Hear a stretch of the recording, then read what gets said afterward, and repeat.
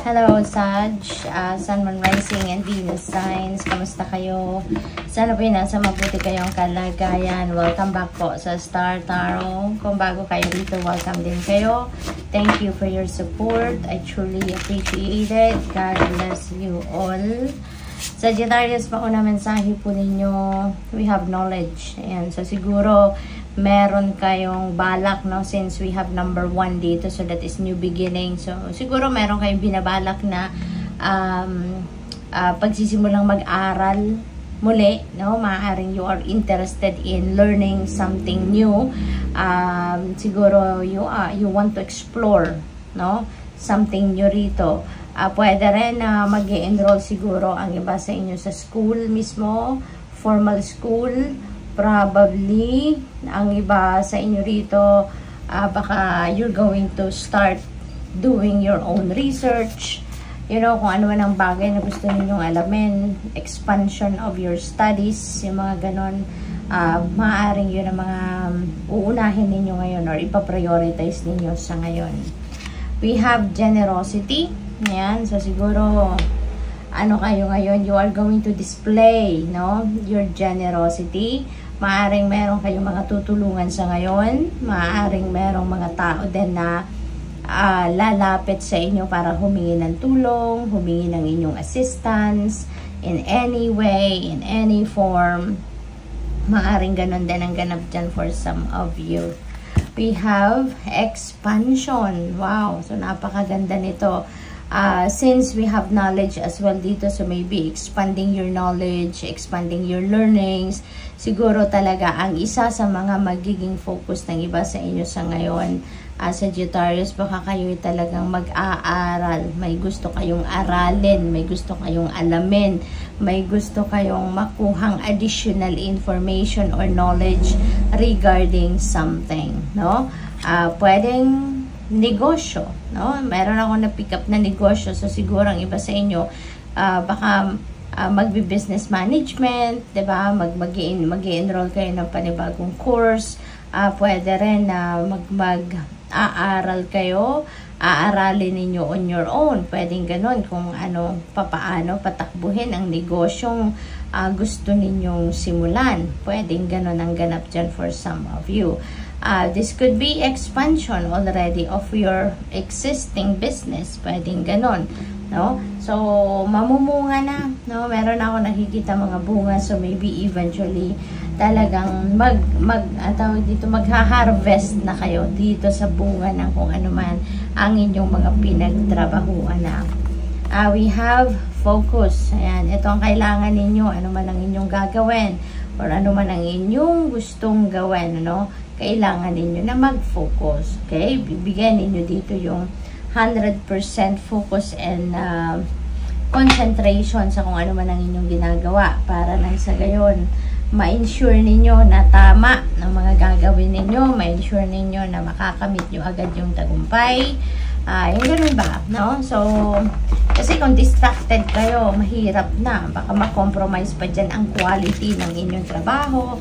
Or baka mapabayaan ninyo, ma-distract kayo, 'di ba? At tuluyan na kayong makalimot, no, na 'yun pala ang priority ninyo, hindi ba?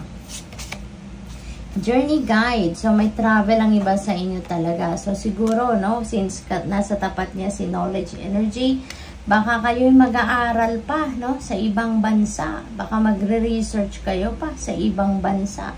Baka kayo ay nag-enroll pa sa school sa ibang bansa. Pwedeng ganon, no? Pwede rin na local, pero siguro malayo-layo doon sa kung saan kayo nakatira or kung saan kayo manggagaling. So, possible din yon. But anyhow, this is an invitation para sa'yo, no? Na sa pagta-travel ninyo, tawagin ninyo ng inyong journey guide. Tawagin ninyo para matulungan kayo na maging at ease kayo sa pagbabiyahe ninyo, no? Maging komportable kayo sa inyong pagbabiyahe at matutulungan kayo ni journey guide, lalo-lalo na doon sa mga naghahanap pa lang ng plane ticket, naghahanap pa lang ng mga seats, no, sa eroplano or kung ano mang klaseng mode of transpo ang gagamitin ninyo, tutulungan kayo dito ni Journey Guide. At saka doon sa mga naghahanap pa ng tirahan, matitirhan ninyo pagdating sa kung saan man kayo magta-travel, you know, anything that is related sa pagta-travel ninyo, tutulungan kayo ni Journey Guide ninyo if you are going to call on them. Okay? So, ito yung invitation sa inyo. Pwede rin ang iba sa inyo talaga dito, no? You're going to relocate. Siguro, maninirahan lang kayo sa ibang bansa, no? So, siguro, magmamigrate na ang iba sa inyo rito sa ibang bansa. Kaya, kung ganun man ang inyong sitwasyon or kahit ano man ang dahilan ng inyong pagbabiyahe, make sure na mag-iingat po kayo. Okay? Lalong-lalo na sa panahon ngayon, ang dami-dami ng kung ano-anong nangyayari sa mundo. Kaya, lagi po tayong mag-iingat. So, what else? We have wisdom of the Magi, mental clarity. Makukuha mo na to sa ngayon kasi siguro ito yung hinahanap ninyo for quite a bit na, for quite some time. So, mental clarity is coming finally. No, magkakaroon na kayo dito ng kalinawan sa inyong isipan. Someone maybe siguro nalalapitan ninyo at hihingi kayo ng advice. Maaaring yun ang magbibigay sa inyo ng clarity, no, sa inyong sitwasyon. Kaya good luck sa iyo dyan. Balance, ayan, so balance is needed kasi siguro ang dami-dami ninyong ginagawa, ang dami-daming iba't ibang bagay, no, ang inaasikaso ninyo at iba't ibang bagay ang siguro binibigyan ninyo ng panahon at oras ninyo. Okay? Kaya ngayon siguro may mga parte ng buhay kayo na hindi nyo na napagtutuunan ng pansin, katulad na lamang ng pag-aalaga sa inyong sarili.